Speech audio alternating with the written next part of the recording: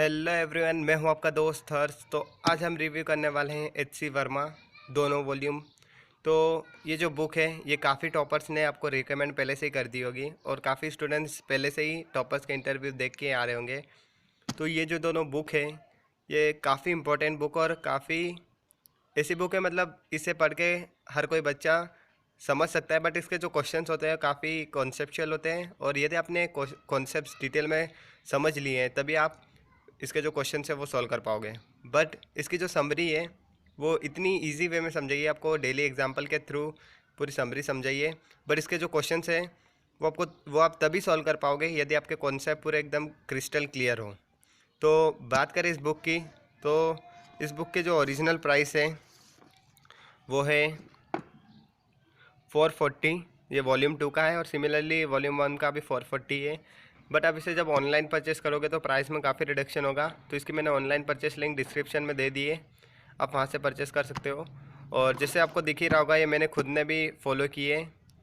तो it is one of the best book for physics यदि आप किसी एंट्रेंस के एग्ज़ाम की तैयारी कर रहे हो तो इस बुक को डिटेल में समझने के लिए आप कोई सा भी एक चैप्टर खोल लेते हैं। यहाँ पर मैंने क्लास 11th का chapter 5 Newton's law of motion खोल लिया है।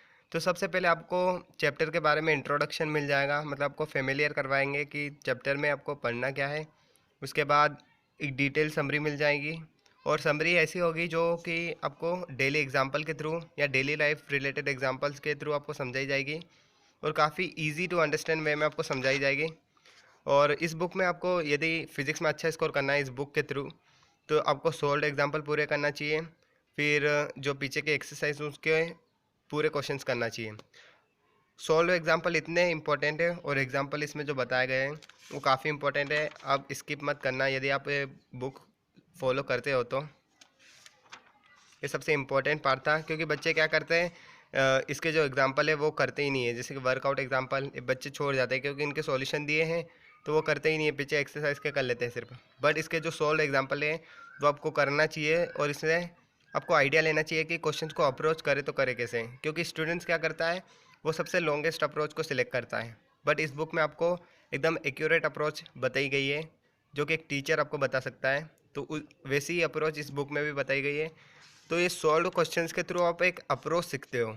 तो यदि आप इसे स्किप कर दोगे तो वो अप्रोच आप सीख ही नहीं पाओगे और आप लॉन्गेस्ट वे से ही क्वेश्चंस को सॉल्व करोगे। आपका आंसर भले ही आ जाएगा बट आपने कितना टाइम लिया है वो भी तो देखो।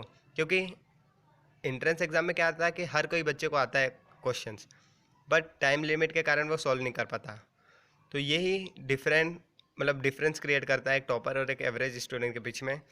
तो आपको कम से कम टाइम में क्वेश्चंस को सॉल्व करना है और वो आप तभी कर पाओगे जब आप राइट अप्रोच से क्वेश्चन को सॉल्व कर रहे हो।